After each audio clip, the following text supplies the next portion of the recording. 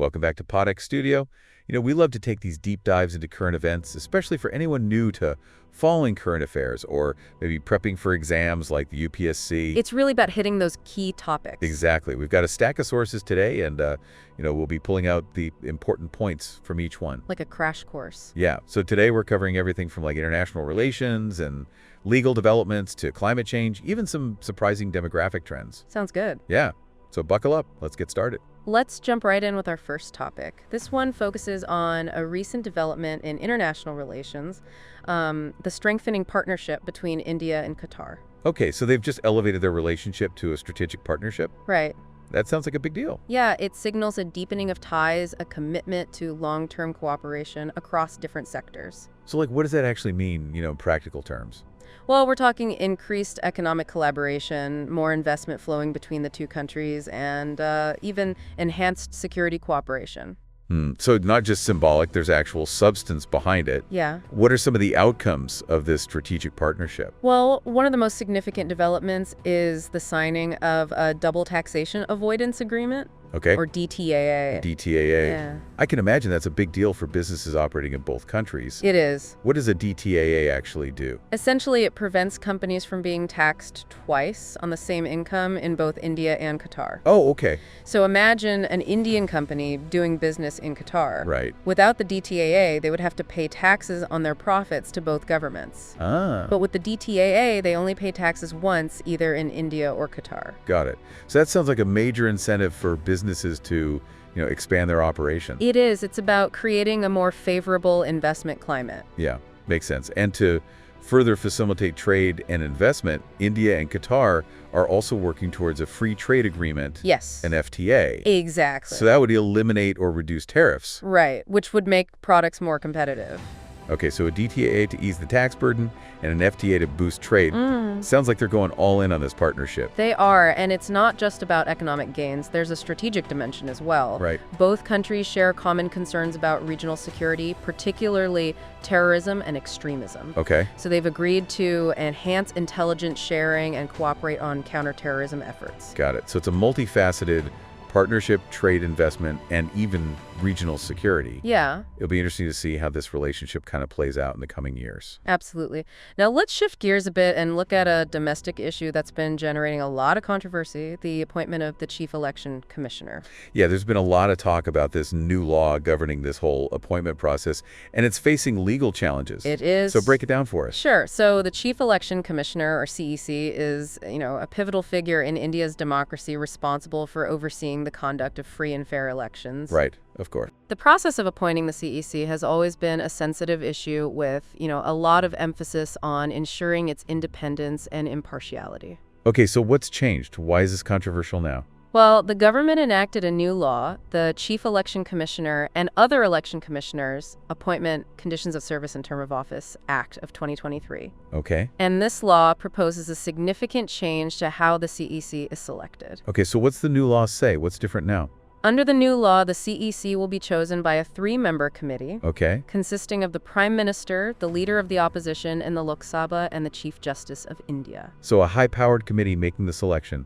What's the problem? The main concern is that including the Prime Minister in the selection committee could compromise the independence of the CEC. Oh, I see. Critics argue that it gives the executive branch headed by the Prime Minister too much influence over the appointment of someone who's supposed to be neutral and act as a watchdog over the elections. Right, so it's about ensuring that the person responsible for conducting elections is not beholden to any political party or individual.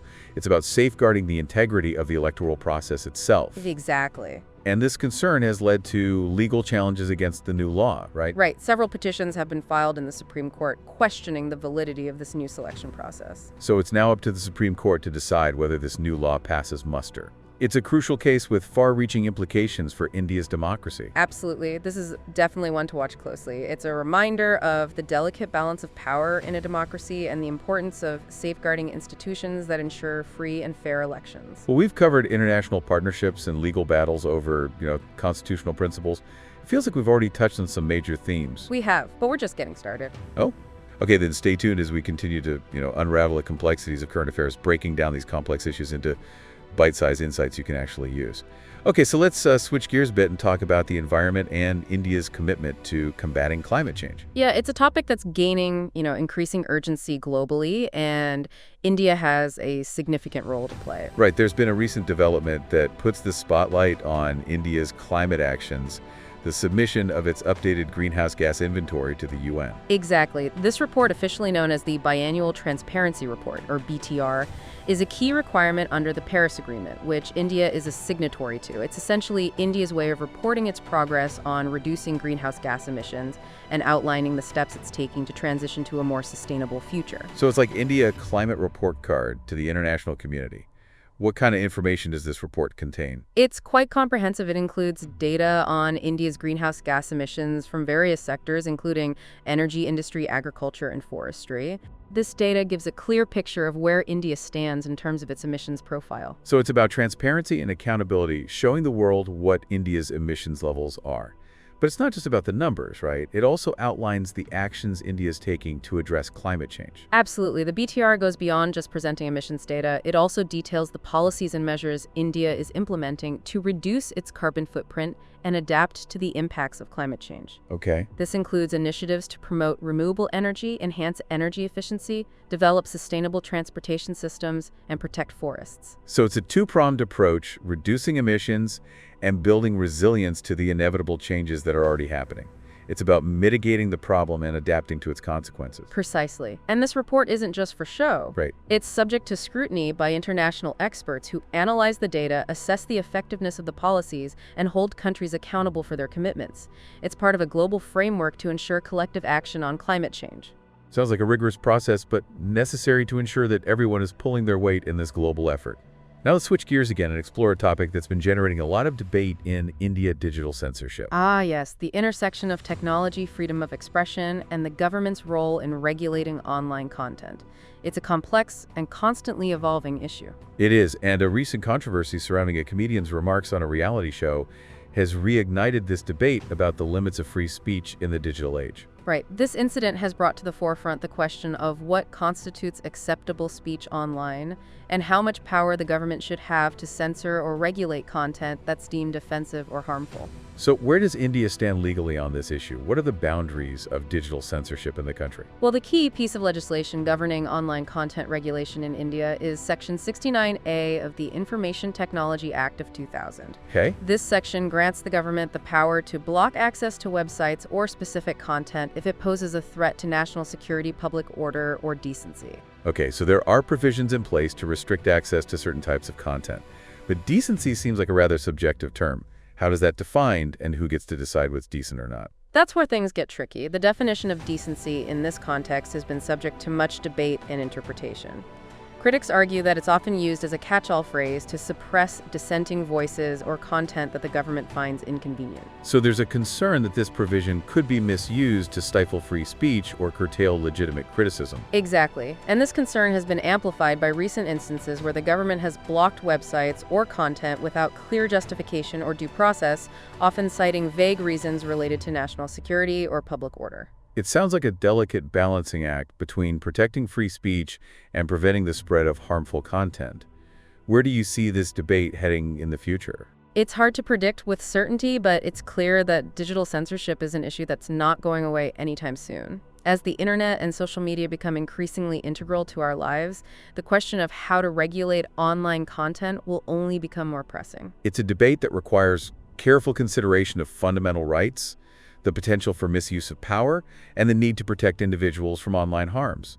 It's a challenge that democracies around the world are grappling with, and India is no exception. Indeed. Now, before we wrap up this segment, let's delve into one final topic that might seem less dramatic than digital censorship, but has profound implications for India's future, the country's changing demographics. Right, we've been hearing a lot about declining school enrollments and the shrinking youth population.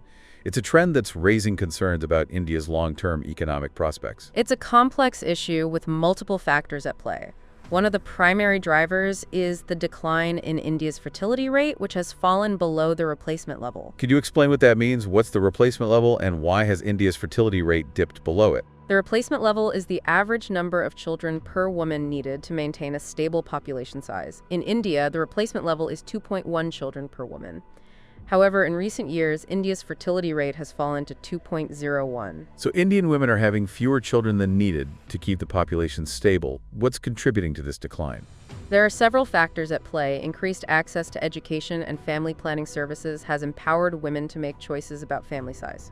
Rising living costs and urbanization have made it more expensive to raise children, and changing social norms are also influencing family size decisions. So it's a combination of social, economic, and cultural factors that are leading to this demographic shift. But what are the implications of this trend? Why is it a cause for concern? Well, a shrinking youth population means a smaller pool of future workers, which could potentially impact economic growth. It also means a growing proportion of elderly people who will require more healthcare and support services. So it's a double-edged sword, a smaller workforce and a larger aging population. It sounds like India needs to start planning now for this demographic shift to mitigate its potential negative impacts. Absolutely. Addressing this challenge will require a multi-pronged approach, investing in education and skill development to enhance the productivity of the existing workforce, encouraging higher female labor force participation, and creating a supportive environment for senior citizens to remain active and contributing members of society. It sounds like India needs to be proactive in adapting to this changing demographic landscape. And it's a reminder that even seemingly subtle shifts can have far-reaching consequences. We've covered a lot of ground in this segment, from climate change to digital censorship to demographic trends. It's clear that India is facing a multitude of challenges and opportunities in the years ahead. It is. And staying informed about these issues is crucial for understanding the complexities of the world we live in. That will continue our deep dive into current affairs in the next segment, exploring even more topics that are shaping India's trajectory. Stay tuned for more insightful analysis and discussions right here on PodX Studio.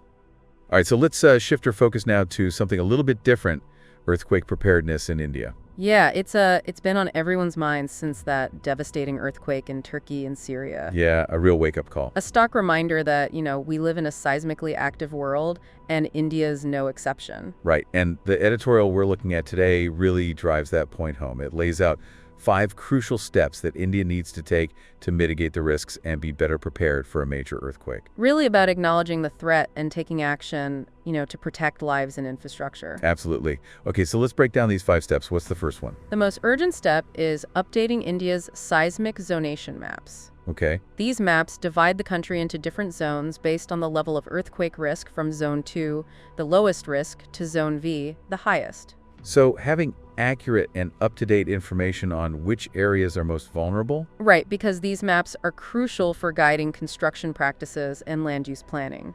Building codes and regulations need to be tailored to the specific seismic risks of each zone. I see. For example, structures in high-risk zones need to be designed and built to withstand stronger ground shaking. It's about building resilience into our infrastructure from the ground up, literally.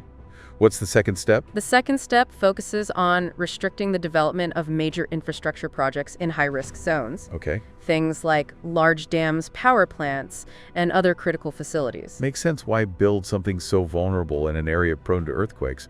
But is that always feasible given, geographic constraints and development needs? It's a valid point. Sometimes there might be compelling reasons to locate infrastructure in high-risk zones. Right. But in those cases, the editorial argues extra precautions need to be taken to ensure the highest level of earthquake resistance.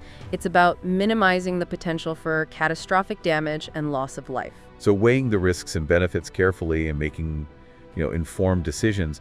What about the third step? The third step is all about financial protection. The editorial advocates for the creation of seismic insurance schemes for buildings both residential and commercial. That's interesting. How would that help in the aftermath of an earthquake? It would provide a financial safety net for homeowners and businesses to recover and rebuild. Imagine the devastation if a major earthquake were to hit a densely populated city. The economic losses would be staggering. Having insurance in place would help people get back on their feet more quickly. It's about mitigating the economic impact of a disaster, not just the physical damage, so it's about preparedness on multiple levels. What's the fourth step the editorial highlights? The fourth step emphasizes the importance of international collaboration. India needs to actively engage with other earthquake-prone countries, sharing knowledge, technology, and best practices. So learning from each other's experiences and leveraging global expertise to strengthen our own preparedness efforts. What kind of collaboration are we talking about? It could involve sharing data from seismic monitoring networks, exchanging information on early warning systems, and collaborating on research and development of earthquake-resistant technologies. It's about pooling resources and knowledge to build a more resilient world. Sounds like a win-win for everyone involved. And finally, what's the fifth step? The fifth step calls for accelerating collaborations with countries that have advanced expertise in earthquake prediction and construction technologies. So seeking out the best in the world and learning from their successes, are there any specific countries mentioned? Yes, Japan is often cited as a model for earthquake preparedness given its long history of dealing with seismic activity and its advanced technologies.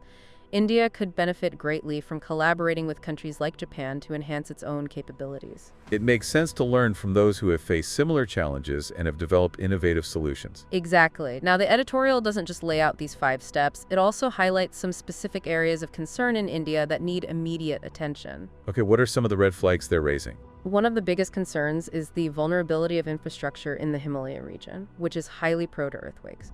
This region is densely populated, and many structures are not built to withstand strong ground shaping. Sounds like a recipe for disaster, especially if a major earthquake were to strike. Are there any other specific concerns? Yes, the editorial also points out the risks posed by the location of some atomic reactors in seismically active areas. That's definitely a cause for worry.